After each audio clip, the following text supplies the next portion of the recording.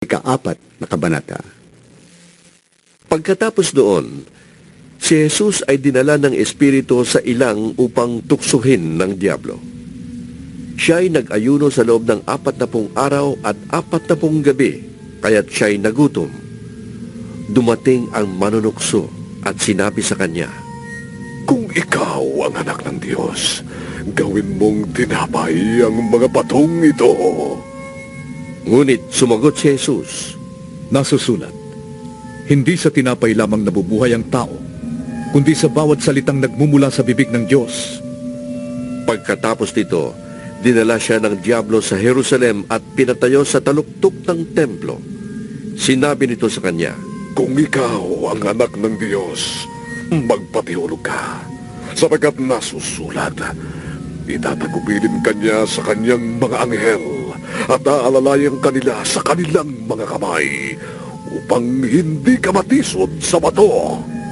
Sumagot si Jesus, Nasusulat din naman, huwag mong susubukin ang Panginoon mong Diyos.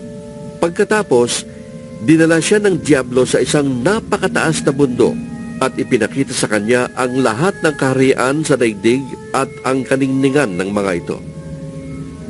At sinabi ng Diablo, Ibibigay ko sa iyo ang lahat ng ito kung lulod ka at sasamba sa akin.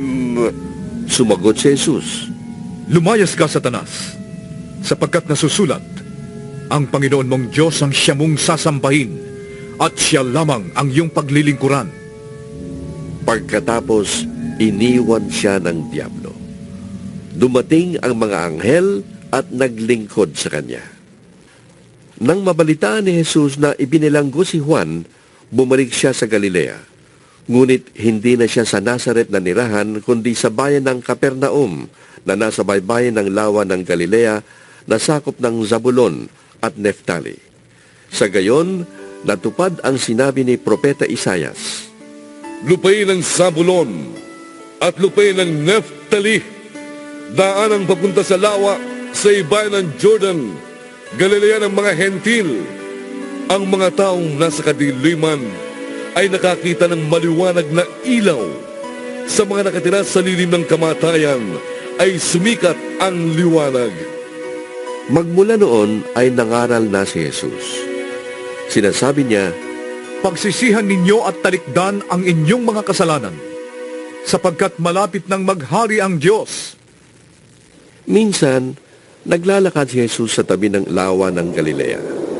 Nakita niyang naghahagis ng lambat sa dagat ang dalawang mangingisda, si Simon na tinatawag ding Pedro at ang kapatid niyang si Andres. Sinabi ni Jesus sa kanila, Sumunod kayo sa akin, at gagawin ko kayong mangingisda ng mga tao. Noon di iniwan nila ang kanilang mga lambat at sumunod kay Jesus. Nagpatuloy siya ng paglalakad at nakita rin niya ang magkapatid na Santiago at Juan, mga anak ni Zebedeo. Sila ay nasa bangka kasama ng kanilang ama at nag-aayos ng lambat. Tinawag din sila ni Jesus. Agad nilang iniwan ang bangka at ang kanilang ama at sumunod kay Jesus. Nilibot ni Jesus ang buong Galilea. Nagtuturo siya sa mga sinagoga at ipinapangaral ang magandang balita tungkol sa paghahari ng Diyos. Pinagagaling din niya ang lahat ng mga may sakit. Siya ay nabantog sa buong Syria, kaya't dinadala sa kanya ang lahat ng may sakit at mga nahihirapan dahil sa iba't ibang karamdaman, mga sinasaniban ng mga demonyo, mga may epilepsya at mga paralitiko. Silang lahat ay kanyang pinagaling. Dahil dito, sinusundan siya ng napakaraming tao buhat sa Galilea, Decapolis, Jerusalem, Judea at maging sa ibayo ng Jordan.